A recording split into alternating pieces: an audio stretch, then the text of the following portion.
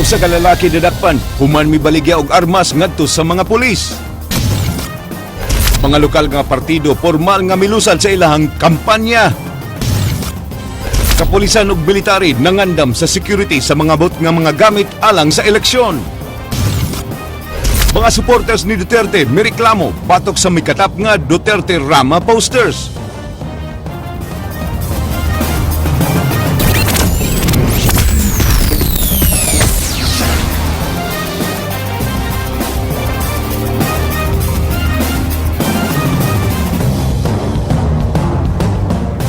Maayong hapon Sugbo ug Kabisayan. Temporaryo nga sirado sugod kaganihang buntag alas 3 sa hapon. Kaganihang alas 3 sa hapon hantod sa alas 9 karong gabi ang mga dalan sa iskina Legazpi ug sa MJ Cuenco Avenue. Matud ni Attorney Ray Galeon sa Cebu City Traffic Office alang kini sa ipahigayon nga opening salvo sa kampanya sa Team Rama. Kay daw na kay nag-send out sa taong mga flyers, gipahibaw sa nato sila personally atong milabay pa nga mga semana kalabot niini. Formal nga gisugdan sa BOPK ang ilang pagpangampanya dala sa paghagit sa usa ka debate tali sa ilang mga kandidato pagkamayor. Samtang sa dakbayan sa Mandaue gilusad usab sa mga kandidato sa LP ang ilang kampanya pinaagi sa usa ka torch parade dala ang usa ka lamppost. Kinigiaksyonan ni Edwin Cañete. Gihagit og debate ni Tomas Osmeña si Cebu City Mayor Mike Rama atol sa gipahigayon kagahapon og opening salvo sa ilang rally. Gani iyang giawhag si Rama nga dili magdala og notes. Challenge, Mr. Rama, mag-debate ka. Mag-debate ka sa kining issue, ug ang iyang mga tinunto dito. Miawhag usab si Osmeña sa kadaguan sa Integrated Bar of the Philippines sa pagpatangtang sa pag-abogado ni Rama tungod sa iyang giingon nga pagpakauaw ni Rama sa ilang profesyon. Ang iyo sa IBP, muwaw ka mo, kinahanglan imong itangtang si Rama because he is a disgrace to the IBP. Samtang ang Liberal Party sa Dakbayan sa Mandaue, may pahigayon sa usa ka torch parade. Gipanguluhan kini sa nagpapili pagkamayor nga si Luigi Quisumbing. Si Quisumbing na mahayag, mga isyu ang ilang gigamit sa pagpangampanya o dili personal nga pagdaot sa ilang kaatbang sa politika. Apan adunay usa ka lampos nga gialsa-alsa at ubangan sa stage nga ilang paagi sa pagpasumbingay sa isyu batok ang kanhi mayor og namatay nga board member TD Uwano. Na may 280,000 lamppost. Kaning lamppost bang Actually, issue ba ni? no, the some of our supporters from some of our barangays decided to make it as a surprise, no? Para namo. Definitely we will be campaigning on the issues. We have never campaigned based on Of course, ang atong First Lady sa Dakbayan, personal si attacks. Madam So, Sara para Cortez. Alang sa Aksyon Bisaya, Ed Cañete, News 5. Lokal nga buhatan sa Commission on Election na mahayag nga mahimong matangtang ni bisan kinsa ang mga campaign posters nga illegal nga gibutang ug wala sa designated area. Kinigiaksyonan ni Edwin Cañete. Bisan kinsa mamahimong makatangtang sa mga poster, di ba pilit nga wala mahimutang sa designated area. Si North Comelec Officer 4, Attorney Marcel Sarno, mibutya nga walay balaod nga nagdili nga pagpahamtang og silot sa pagpanangtang ini. Ang kuan na that's part of the campaigning. Di ba campaigning is defined as anything which enhances sa status sa kandidato or defeats a candidate. That's one of the what to defeat. Ang una ginang daotay, there's no kuan tanaw na ko. That's part of the campaigning. That is within the scope sa definition sa campaigning. Matod sa Comelec si Cebu City Mayor Mike Rama, mahimong makapatangtang sa may katap ng mga poster nga adunay Duterte pagka-presidente o Rama pagka-mayor. Buti Rama nga tangtangon ang poster kay si Jujomar Binay ang iyang gisuportaran. Sa Duterte Rama poster nga inisyal nga letter D o R, nahimong abbreviation sa usa ka doktor, sama sa nakalatid dinhi nga doktor sa korupsyon, doktor sa krimen, doktor sa kagubot. Midugang si Sarno nga adunay nakadaiyang matang sa campaign material poster nga gipang papilit. Adunay uban nga pabor sa usa ka kandidato, samtang adunay uban nga gidaot ang kandidato. Oo, kay lang-alang pareho rin na po sa dautanay nila god. Ang nakalahi lang ani na lagi posters. Alang sa Aksyon Bisaya, Ed Cañete, News 5.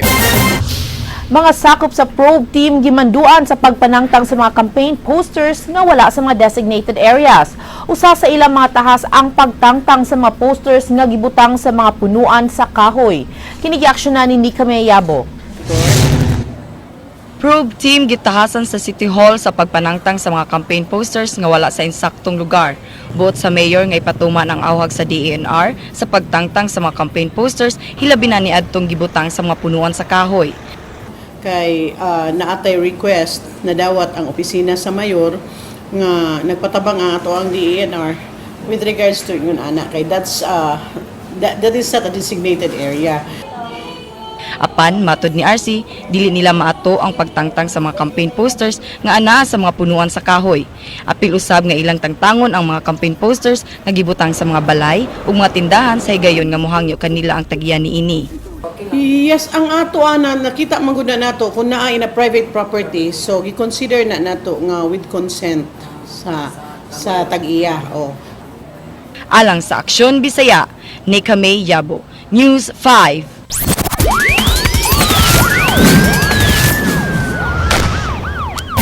Usa ka tawo gidakop human na maligya og armas sa mga pulis. Dugang armas gikan sa Danao nakuha gikan kaniya. Kini giaksyonan ni Ray Pasaporte. Nilson Torres, Nadakpan si Lindo Cuevas, taga Barangay Compostela sa lungsod sa Alegria, ug kasamtangang nagpuyo sa Barangay Kansaga, Konsolasyon. Si Cuevas, gituuhan nga usa ka gunrunner, humanadakpan sa buy-bust operation sa CIDG-7, kaganihang kadlawon sa Barangay Kansaga. Apan ang kauban ni Cuevas nga usa ka Nelson Torres, nakaiskapo, human nakabantay sa presensya sa kapulisan. Ang CIDG-7 nga gipanguluhan ni Superintendent Fermin Armendaris III nipalit og duha ka kalibre sa 45 nga armas sa kantidad nga 15,000 pesos, diin ang uban niini budol money. Nakuhaan ang laing 7 sa kalibre 45, 5 ka 357 revolver ug usa ka 380 pistol uban sa mga magazines niini ug laing usa ka magazine sa KG9 submachine ug silencer. Ang mga armas gikan sa Danau City. Firearms can be used, lalo na yung mga illegal firearms, established na yan na ginagamit ng mga criminal gangs yung mga illegal firearms, yung unlicensed firearms. Si Cuevas nang himakak nga nakuhaan sa mga armas ug mipadayag nga igo ra siyang gisuhulan og 300 pesos ni Torres nga nagpahatod ngadto sa Danau City. Matud niya, nabalik sila sa Konsolasyon alas 12 sa tungang gabi ug wa siya mahibaw nga mga armas ang sulod sa bag nga gikarga sa iyang multicab. Nagdara mo ko sa kanan. Nakita na ako na diri na sa opisina. Pagikan na sa bukid. Huwag ko nakita ang armas. Gisuod na sa dako nga sudlanan. Sugo ka? Wala sad. Kuyog na sila nako. Tungas mi sa bukid. Pero ako kabalog mo ba na karga nako. Wa ko kaalsa na armas. Mao na nga tinga ako. Nga ningon sila nga anang kanihang kadlawon nag-aabot na dito sa SM nga. Ako ni rason ko nila nga ako wa gi ko ka kuan anang pagdonol anang armas. Kaya ako wala ko anang kuan na dito ko kuhaan nila sa ako ang gawalingon gidakop ko nila nating nga ako. Kay upat bi ko nga driver baya sa amo ang lakaw baya. Yang ano man naron di ang nga tulo raman. Ano raman tulo raman kabuok. Giapil ko sa kuan kay ako kuno nagdonol kuno sa armas sa mao kuno nga kuan kanang buyer nga ako. Gibana-bana mo abot sa 120,000 pesos ang kantidad sa 15 ka armas nga nasakmit sa kapulisan. Alang sa Aksyon Bisaya, Ray Pasaporte. News 5. Mga investigador sa kapulisan ipakatap sa North ug Southern Cebu alang sa dali nga pagresponde ug pag-imbestigar sa mga election-related incidents. Kini giaksyonan ni Christine Gallego. Gideploy karong adlaw ang mga police investigators ngadto sa amihanan ug habagatang bahin sa Sugbo. Alang unya kini sa pag-imbestigar sa mga election-related incidents nga mahitabo duol sa maong lugar.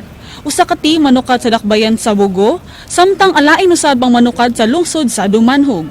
Matod pa ni Superintendent Marlon Tabaya sa CIDG, mas paspas ang pagresponde sa mga investigador kung doon na lang sila sa lugar.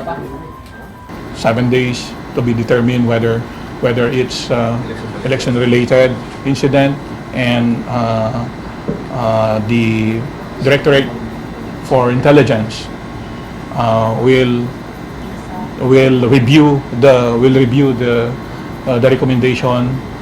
recommendation made by the regional office. Ganun yung procedure doon. Usa sa mga tahas sa mga investigador ang pagsuta sa mga motibo sa mahitabong krimen alang sa pagtino kung adun na kini kalambigitan sa politika.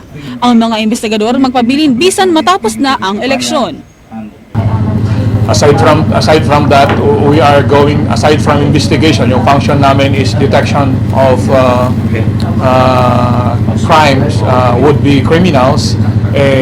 Magkakandak din kami ng aggressive operations against lawlessness. Hangtod karon wala pa sinadawat nga report ang kapulisan nga adunay election-related incident sukad sa pagsugod sa lokal nga pagpangampanya karong semanaha. Alang sa Aksyon Bisaya, Christine Galiago, News 5.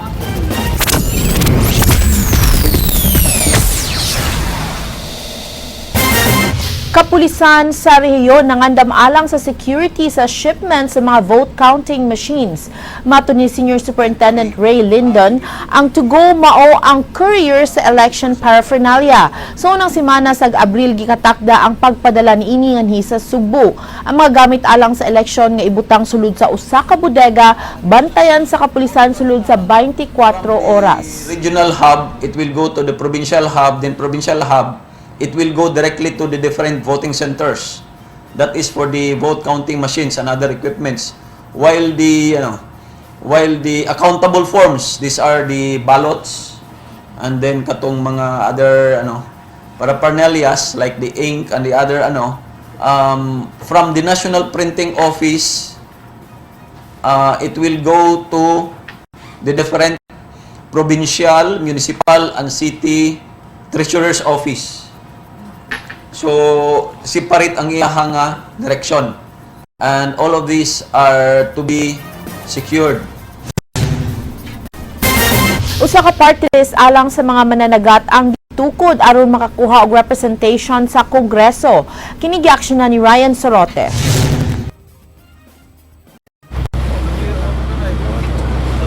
Ang pagpanagat ang usa sa labing karaan og dako nga industriya sa nasod nga usa ka arkipelago.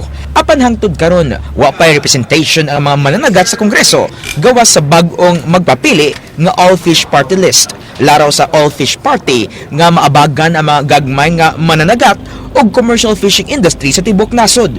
Tumong nila ang paghatag og alternative livelihood og edukasyon sa pamilya sa mga mananagat. Ang mga kadaguan sa All Fish Party gikan sa mga dagkong mga commercial fishing company sa nasod. Gipasalig nila nga sila mo'y mahimong tingog sa ilang sektor diha sa Kongreso hilabi na sa mga gagmay nga mga mananagat. It so happen na alam naman po natin ang bansa po natin, marami po tayong mga coastal towns, and a lot of them are involved into fishing. Buot sa partido nga magtinabangay ang mga gagmay nga mananagat o mga commercial fishers sa pagpalambo sa ilang industriya o pagpanalipod sa kadagatan. Importante alang nila nga magpadayon ang produksyon sa isda.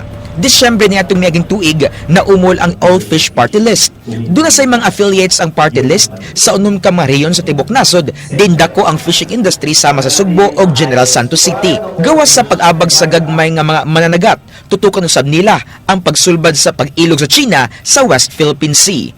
Kaya malaking bagay yung role ng bagong presidente, paano niya ibabalanse yung interest natin to protect our sovereign right over the 200 miles economic zone and how to maintain our trade relation with China.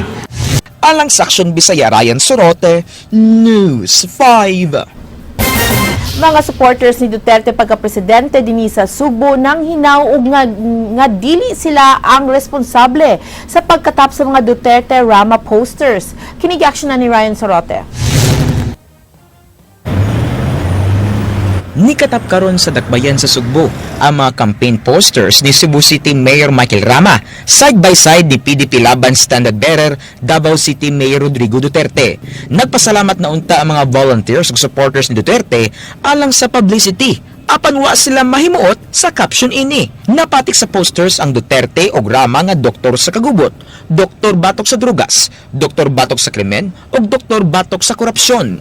Matud sa Cebu for Duterte movement, pagpangdaot ang tumong sa posters sa kandidatura ni Duterte nga matud nila nagkasikat samtang nagkaduol ang eleksyon. Duda sa political officer sa grupo nga binuhatan kini sa grupo sa mga kaatbang ni Duterte sama sa grupo ni Vice President Jejo Marbinay bisan kaalyado ini si Mayor Rama. Kana gyud ang dako posibilidad na kang Binay gyud na. Ngano man kay inanam ng batasan Binay mahimo man na iyang tamak-tamakan iyang tao. Mabitaw gisi sa likway siya ni Winston Garcia kay iyang gitamak-tamakan si Winston. Binay na para lang makakuha boto against ni Duterte kay subliminal kana siya. Plano nila nga laksiyon o tabunan ang mga poster. Giklaro sa grupo nga wa sila kalambagitan sa maong malicious posters. Matud sa Cebu for Duterte movement, di nila binuhatan ang pagpanaot o pagpakatap og mga black propaganda aron makabintaha. Hangyo nila nga magmatid-anon og responsable nga mga kandidato ang ilang mga kaatbang sa politika alang sa malinawon nga pinaliay. Susihon nila kung kinsay nagpasiugda, nagpundo og nagpakatap sa mga DR posters. So wala milabot ana and we're trying to investigate kung asa nagikan, but it's very obvious no that it's we cannot fathom the connection kung nganong na ay drogas, gubot. We've always run our campaign cleanly.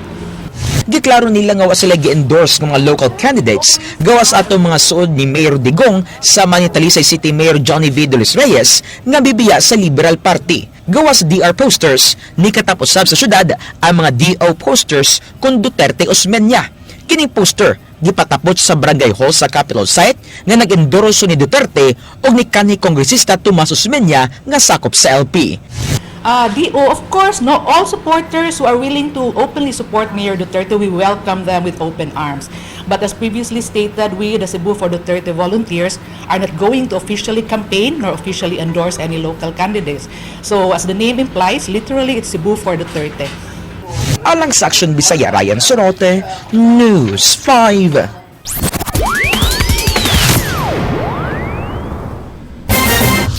Provincial Environment and Natural Resources Office mipahimangno batok sa forest fire nga posibleng mahitabo sa mga bukirang barangay sa Sugbo. Usa sa ilang gipangbantayan mao ang bukiran nga bahin sa lungsod sa Balamban. Kini gi-aksyonan ni Jinky Rusit. Ilang na ilubong niya dauban. And that would also... Usa lang ang lungsod sa Balamban nga gi-monitor karon sa Provincial Environment and Natural Resources Office sa Kapitolyo tungod sa forest fire kaniadto. Matud sa Penro, ang nahitabo sa Mount Apo sa Davao ug Mount Canlaon Nature Park sa Negros, posible sab nga mahitabo dinhi kung di hunungon sa mga tawo sa Balamban ug ubang kabukiran ang kaingin system. Nabalaka sila nga daghan pa unyang mulupyo ang mapektuhan sigayong dunay sunog sa kalasangan. Ato nang gi-address kay naamantay mitigation aspect no sa atong risk management. Padayon na nga to ang pag-istorya sa mga kapitan, especially dito sa concern nga area sa Balamban, kay ang gibuhat nila nagkaingin magyapon sila. Sagad sa mga mulupyo sa bukirang barangay nahibaw na sa epekto sa kaingin sa ilang mga lugar. Apan di lang gihapon butmo kumpiyansa ang Penro. Labi pa kay summer, daghan ang ganahan mag-camping sa mga kabukiran. Busa nakigalayo na sila karon sa mga local disaster units sa matag LGU aron paghangyo kanila sa pagtabang ug monitor sa mga bukirang barangay nga sagad bisitahon sa mga tao. Gustong mag-camping no, especially karon nga summer no, nga hinaot nga they should be kanang cautious bitaw unya responsible sad sila pag proceed sa ilahang tinguha kay di man nato matag-an no, gamay lang nga labay sigarilyo tungod sa kainit mukayo man na siya nya lisod ang pag-rescue. Pagkakaron, 200 hectares na sa Mount Apo ang gilamoy sa kayo sukad kini nasunog niadtong Marso 26. Alang sa Aksyon Bisaya, Jinky Rosit, News 5. Ug mao kadto mga balita sa Aksyon Bisaya, mga balita nga pundasyon sa ligdong opinyon o konkretong solusyon. Ako si Georgia Herrera. Bisan asa, bisan kanusa, kapatid kay di lang kutob sa balita aksyon!